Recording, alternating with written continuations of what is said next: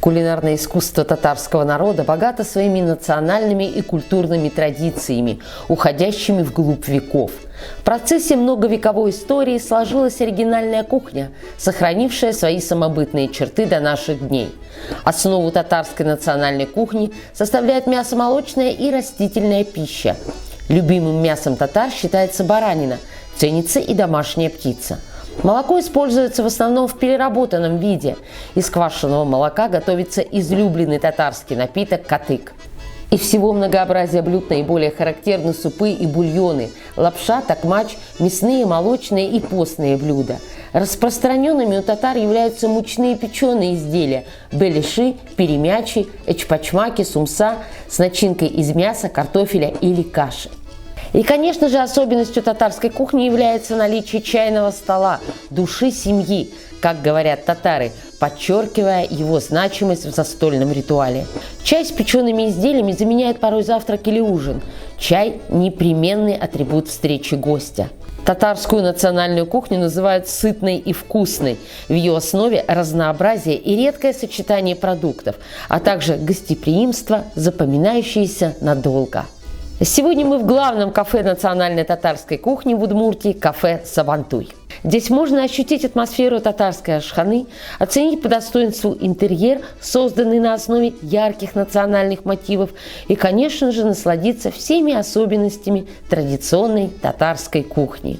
И сами дорогие друзья, и сегодня у нас традиционная татарская кухня. А готовить сегодня мы будем с Екатериной. Это пекарь ресторана «Сабантуй», и поможет нам Рамзиаль Дусовна, моя коллега, главный редактор газеты «Янарыш». Давайте поздороваемся с нашими телезрителями и расскажем, что же мы будем готовить. Хайрликан. Здравствуйте! Сегодня мы будем готовить традиционный татарский пирог губадья. Это такой пирог из пресного теста с большим количеством начинок. В основном его готовят на свадьбу. Свадебный пирог готовим. Замечательно, прекрасно. Что нам для этого понадобится? Вот я вижу у нас на столе, естественно, мука, раз это пирог. Да, и тесто мы будем замешивать из масла сливочного, молока, сахара, немножко соли и дрожжей, чтобы тесто было помягче. Это песочное тесто? Ну, это что-то типа песочного, такого мягкого теста. Не дрожжевое и не песочное, что-то среднее. Итак, с чего мы начинаем? Нам сначала надо замесить тесто. Мы берем молоко, можно комнатной температуры. Сколько здесь примерно молока? Ну, здесь примерно где-то грамм 300 молока. 300 грамм молока. Где-то грамм 20 сахара, грамм 5 соли, грамм 10 дрожжей. Масло сливочное лучше брать комнатной температуры. Дрожжи, кстати, мы взяли не сухие, а обычные такие натуральные дрожжи. Муку просеиваем перед этим. Ну, масло, наверное, здесь примерно грамм 200, да? Нет, масло мы берем столько же, сколько мы брали молока. 1 к 1. То есть, если вы хотите, чтобы у вас было побольше теста, вы берете побольше, соответственно, молока.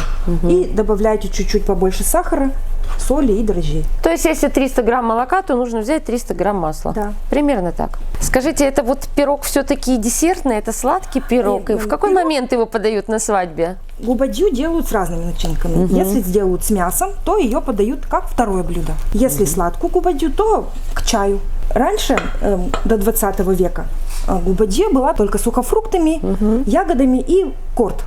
С вареным кортом. Корт – это творог, который варят в печи, томят 5, 6, 7 часов. Он приобретает такой вкусный запах топленого молока. Его томят с сахаром, с яйцами, с молоком. Вот такое у нас получается очень податливое тесто, да? Оно не должно быть слишком крутым, Екатерина, да? Нет, оно такое мягонькое. Мягонькое тесто. И вообще здорово, что мы делаем сегодня сладкий пирог, потому что для татар, насколько я знаю, Рамзиаль Дусовна, подтвердите мои слова, чаепитие – это огромная часть традиций застольных. Любой, наверное, обед начинается с чая, да? Да, это целая традиция чаепития. У нас чай пьют не только цейлонский, индийский, а разными травами. Вот у нас есть здесь еще травы, образцы. Такой ароматный запах у нас стоит дома, когда пьют со всей семьей чай. Это целая традиция. И Татары очень любят сладкое. У нас чак-чак, очень вкусное блюдо. Да, это, наверное, самое известное блюдо татарской кухни. Я, во всяком случае, обожаю чак-чак. А обычно вот в восточной культуре всегда начинается любое застолье с чая. У татар тоже чай подают до начала трапезы или в конце все-таки пьют чай? У нас здесь ижевский пьют в конце трапезы. А вот есть такие районы, где чай дают в начале, а потом только уже в первое и второе дают. В северных районах, в Болезинском, Юкаменском районе придерживаются этой традиции. Очень интересно. Итак, тесто у нас готово, да? Тесто мы замесили, и его надо оставить хотя бы минут на 10, ну, чтобы оно, там дрожжи стали работать. Чтобы оно немножко, как говорят, отдохнуло. Да. Ох, замечательное вкусное чаепитие нас сегодня ждет, я чувствую. Посмотрите, как выглядит уже наше тесто. Оно стало таким гладеньким, ровненьким. И мы продолжаем делать нашу пирог губадья, который называется. Тесто, которое у нас отдохнуло, мы делим на две части. Одну побольше мы ее раскатываем. Ага, это будет дно, наверное, да? Это будет дно и бортики. А тесто, правда, отличное, такое эластичное, мягонькое. Екатерина, по-моему, вообще даже усилий не прилагает. У нас, возможно, так бы и не получилось. Конечно, мастер Лучше своего всего дела. губадью выпекать в сковородке. Ну, потому что она будет форму держать. Ну, в любом случае, это выпекается в духовке. Я все правильно понимаю, да? Это выпекается в духовке. Тесто надо расположить так, чтобы были бортики. У татар этот пирог должен быть высокий, потому что он имеет много слоев. От 7 до 9 слоев. Первый раз такой пирог буду пробовать. И вообще даже не знала, что бывает столько слоев начинки. Вот. Так, первым слоем у нас идет корт.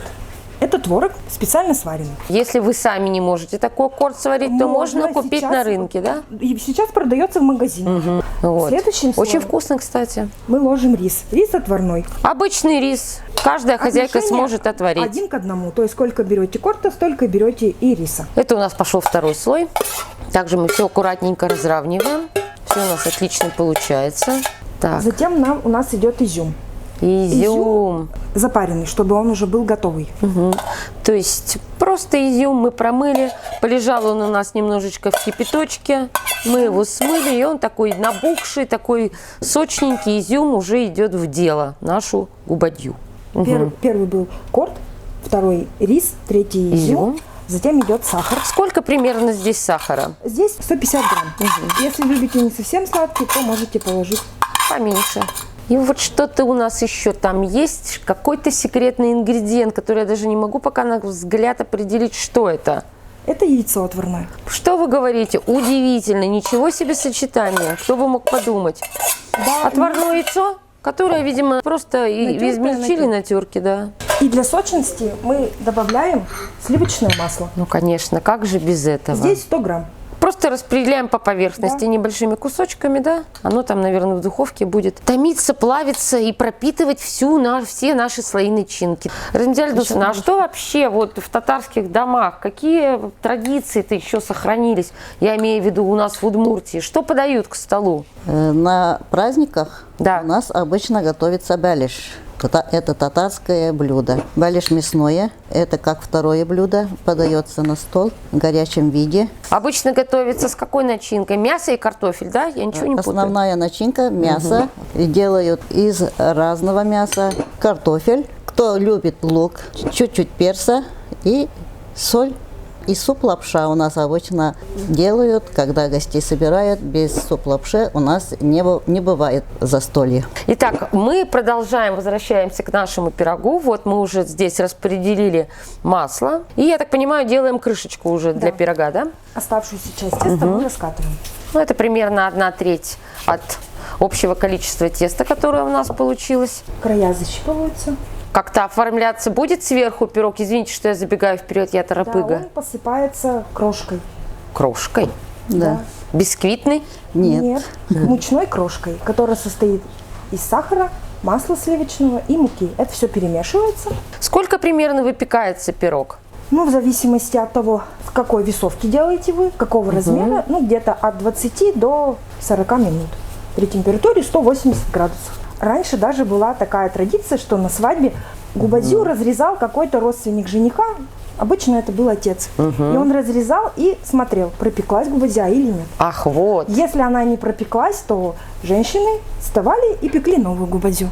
А количество слоев говорило о том, сколько дней жених может провести в доме у невесты. То есть в нашем случае мы вообще жениху оставили очень мало шансов. У нас, по-моему, только 4 слоя, да, если я не ошибаюсь. Зачем? Масло же тоже считалось. Ну хорошо, хорошо. Видите, Екатерина добрая, она все-таки решила, что 5 дней так и быть. Очень красивая получается, элегантная косичка. Ну посмотрите, какая красота у нас получилась. Ну просто чудо. Надо сделать вилочкой проколы, чтобы он не сдувался, и посыпать крошкой. То есть это смесь мука, сахар и масло сливочное. Сливочное масло. Никакое яйцо мы ничего не обмазываем. Делаем только так. Губадья Ну еще, посмотрите, какая красота у нас получилась. Ну это просто произведение искусства. Ну что, отправляем пирог в духовку. Ну что, пока печется пирог, у нас по традиции музыкальная пауза. Рамзия Ильдусовна, кто сегодня с нами? Кто эти прекрасные люди?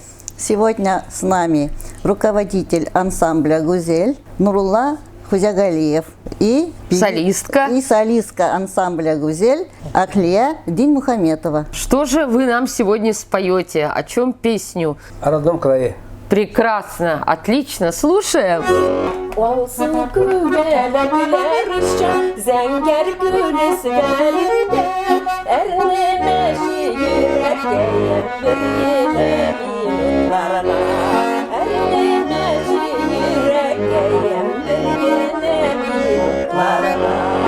Вот так весело и душевно мы готовим всегда в нашей программе «Удмуртия со вкусом». Прошло примерно полчаса, наш пирог вернулся к нам сюда с кухни, он горячий, ароматный, и сейчас, сейчас мы будем пробовать его. Катерина разрезает по традиции прямо в сковороде. Рамзия Ильдусовна уже разливает чай. Чай какой-то тоже необычный. Чай ароматный, зверобой, душица здесь и мята. Ложечка у меня вот есть, и сейчас я попробую. Я даже не знаю, с чем это сравнить. Татарский чизкейк, вот я поняла, как это называется. Это очень вкусно, и действительно, если вы это приготовите дома, это прекрасный, вкусный, ароматный десерт, и вы сможете порадовать своих близких. Обычно попробуйте. губадью подают в холодном виде к чаю. Она еще вкуснее в холодном виде. Я благодарю, Екатерина, вас за то, что вы нам сегодня показали этот исключительный рецепт. И лично я сама обязательно его повторю. И Рамзию Ильдусовну тоже благодарю. И в память о нашей встрече сегодняшней дарю кружку нашу фирменную «Удмуртия со вкусом». Пусть она стоит в редакции и напоминает о том, что мы вместе сделали такой прекрасный выпуск. Спасибо. У меня тоже есть подарок для вас, Елена Рудольфовна. Мы дарим вам книжку татарской кухни. Это книжка подарок от Всемирного конгресса татар. Потрясающе, мне кажется. Следующие съемки будут у вас то, что здесь написано. Да, наверное, я смогу что-то из этого повторить и рассказать, кстати говоря, нашим зрителям что-то новое. Огромное спасибо. Книжка, я скажу, очень увесистая. Книжка прямо вот солидная. Здесь много, наверное, можно чего найти вкусного и интересного. Кстати, хочу сказать, она прекрасно иллюстрирована. Спасибо большое.